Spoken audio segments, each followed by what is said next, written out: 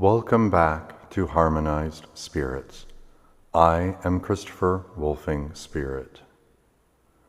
In our previous transmissions, we explored the cosmic vertical axis. We climbed the branches of the world tree into the crystalline laws of the upper world, and we dove deep into the roots of the lower world to track down lost soul fragments. Today, we are stepping onto the horizontal axis. We are talking about the dimension you are standing in right now as you listen to my voice. The middle world. In mainstream spirituality, people are obsessed with escaping this realm. They want to float up into the light or dive into past lives. But the ultimate test of a master is not how high you can fly. It is how sovereign you can remain right here in the density of everyday life. The middle world is the energetic mirror of our physical reality. It is the unseen dimension that exists parallel to our waking life. It is the traffic, the grocery store, the office building, and the healing room.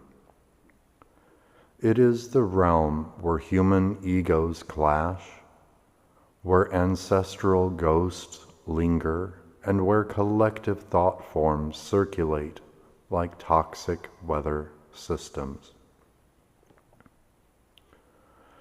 Because the middle world is directly intertwined with human consciousness, it is the most volatile, chaotic, and energetically draining dimension in our existence. Today, we are going to look at why so many sensitive practitioners are utterly exhausted by this realm.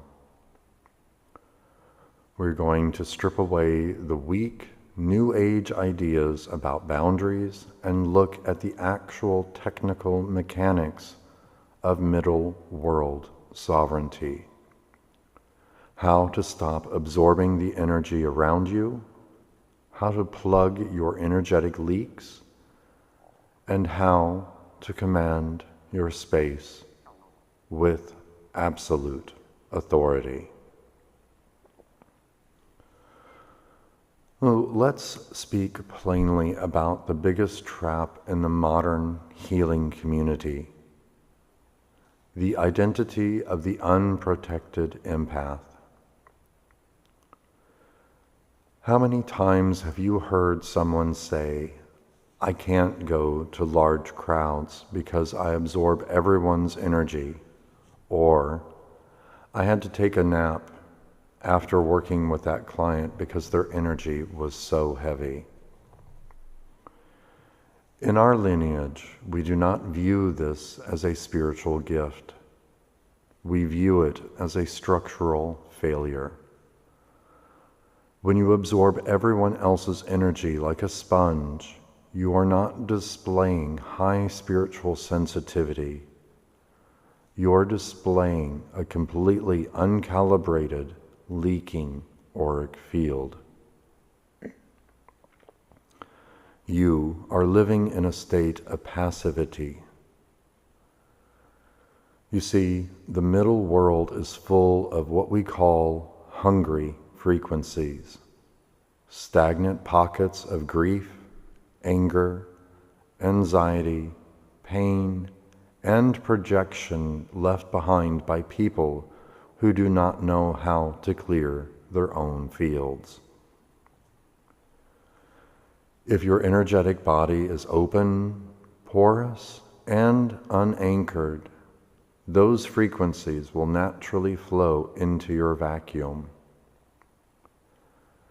You become an energetic garbage can for the environment around you.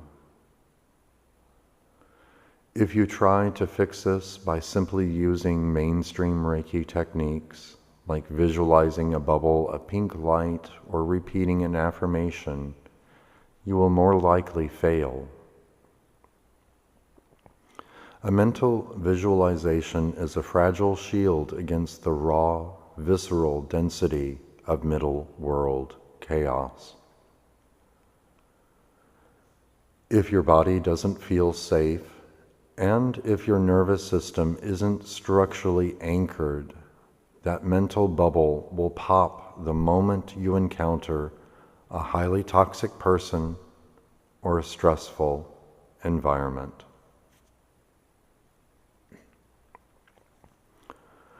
To achieve true sovereignty in the middle world, you'll need to understand how chords are formed. Now, in this parallel dimension, humans are constantly throwing out invisible psychic tendrils from their chakras, especially from the solar plexus and the heart, and sometimes the third eye. Most of the time, they do this unconsciously to manipulate, extract energy, or find safety. When a client walks into your healing room, their subconscious is naturally looking for an anchor. If you operate as a standard passive healer, their energetic tendrils will plug directly into your field. You might clear their symptom, but an invisible cord has been established. Days after the session, that cord is still draining your battery. In the Harmonized Spirit's lineage, we handle this through an active shamanic protocol powered by Reiki geometry. We do not just passively hope the energy clears. We use our shamanic sight to track exactly where a client's or even the environment's frequency has hooked into our physical body. Is it in the gut, the shoulders, maybe even the back of the neck? Once located, we do not just cut the cord with a wave of our hand. We use the laser-like precision of specific Reiki symbols to completely cauterize the link at the root. We dissolve the hook at a cellular level, and then, crucially, we use the universal life force to completely rebuild the tear in our own auric field. We do not leave an open wound. We seal the boundary with crystalline architecture, making it utterly impossible for that frequency to reattach. So let me show you what it looks like to walk through the middle world as a sovereign master, rather than an unprotected sponge. Imagine walking into a chaotic, highly stressful environment, perhaps a tense corporate meeting, a crowded airport, or a room with a family member who knows exactly how to trigger you. Before you step through the door, you do not panic or build walls of fear. You activate your hybrid lineage. First, drop your awareness down into the soles of your feet, clicking your shamanic anchors into the deep ore of the earth. You become heavy. Then you activate the Reiki frequencies, wrapping your entire auric field in a compressed, high vibrational sheath. As you walk into the room, you are visually aware of the chaotic emotional weather swirling around you. you can see or feel the anxiety of the people next to you. But instead of that anxiety entering your nervous system, it hits the perimeter of your Reiki shield and immediately bounces off. Your field is vibrating at such a high, dense frequency that the lower vibrations of the middle world cannot find a foothold. They cannot match your resonance, so they simply slide away. You look at the person trying to trigger you. They throw an emotional hook your way, a sarcastic comment or a manipulative guilt trip. In the unseen dimension, that hook flies towards your solar plexus or your heart, depending on their intention and their words. But because your field is sealed and your core is ignited, the hook shatters against your boundary. You remain completely calm. Your heart rate doesn't spike. Your nervous system stays smooth. You are able to look at the chaos with profound compassion because you are completely immune to its infection. You are no longer surviving the room. You are commanding the space simply by holding your own frequency. That is the dimension of a sovereign master. Let's do a diagnostic check on your middle world sovereignty. Look closely at your daily life and see if you're experiencing any of these three primary energetic leaks. The first leak is the post-social exhaustion. If you feel completely fine when you are alone in your room, but 30 minutes at a coffee shop or a family dinner leaves you feeling dizzy, irritable, or utterly depleted, your field is porous. You are leaking power to your environment. The second leak is somatic mimicry. This is when you physically develop the symptoms of the people around you. If your partner comes home with a headache and within 10 minutes your head starts throbbing, or if you take on the exact physical back pain of the client on your table, you are copying their trauma instead of clearing it. The third leak is the resentment loop. If you find yourself constantly resentful of how much people demand from you, or if you feel taken advantage of by your clients or your friends or co-workers, it is because your boundaries are invisible. People are stepping into your yard because you haven't built a fence. If you see yourself in these symptoms, remember, it is not a curse. It is simply proof that you are trying to navigate a dense world without the proper energetic armor. Once you recognize where your field is leaking, you must learn the active daily science of clearing it. You cannot lay down in a bed full of static energy and expect to wake up sovereign. In our lineage, we do not rely on just burning a sage stick and hoping for the best. We use the 3 pillars of psychic cleansing to reset our physical and energetic landscape every single night.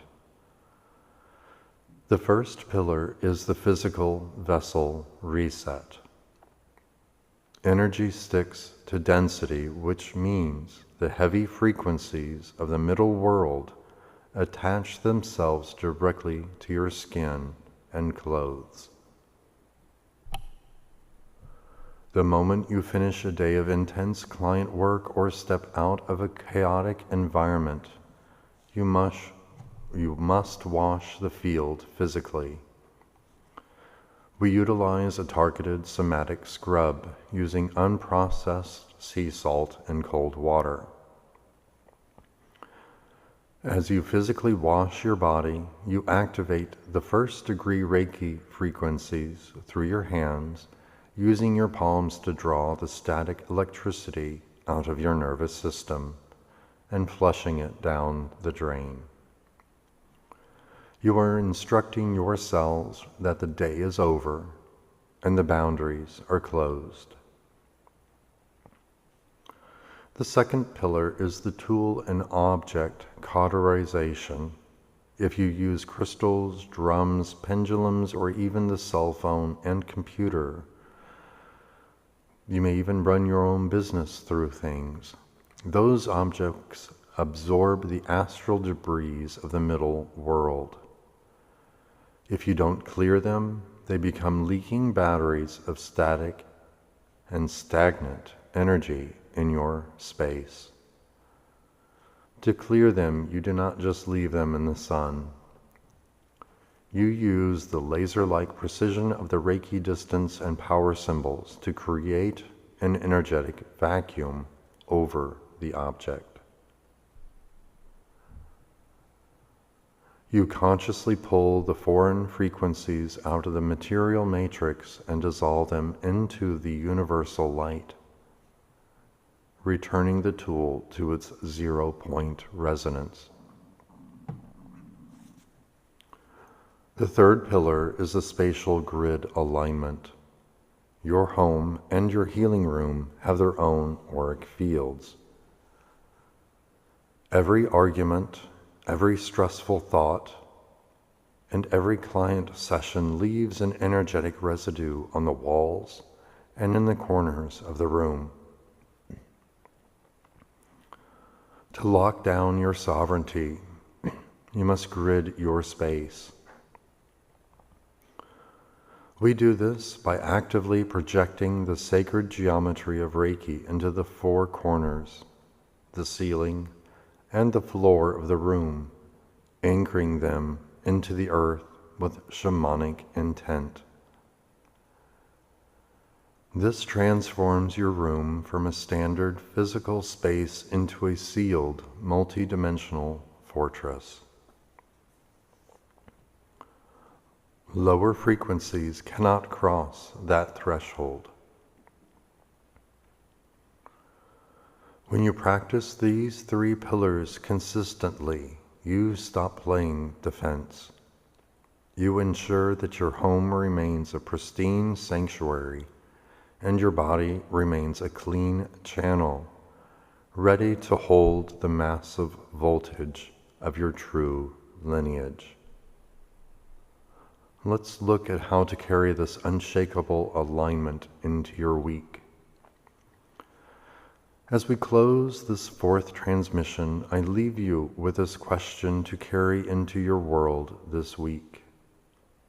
Are you a sponge or are you an architect? Are you letting the chaotic weather of the middle world dictate your inner peace? Or are you ready to command your field with absolute authority? Mastery is not about hiding in a cave. It is about walking through the noise completely untouched. If you are ready to stop leaking your life force and master the advanced technical science of energetic sovereignty, your training is here. The doors to our Reiki Shamanism initiation open August 8th, 2026. This is the container where we move past the basic visualizations and build unshakable, multidimensional armor for the modern practitioner. To claim your seat and to join a dedicated community of sovereign spirits who are mastering this realm, click the link in the show notes below and step inside the Harmonized Spirits community. I am Christopher Wolfing Spirit. Thank you for standing in the center of the world tree with me today. Until next time, stand in your sovereignty.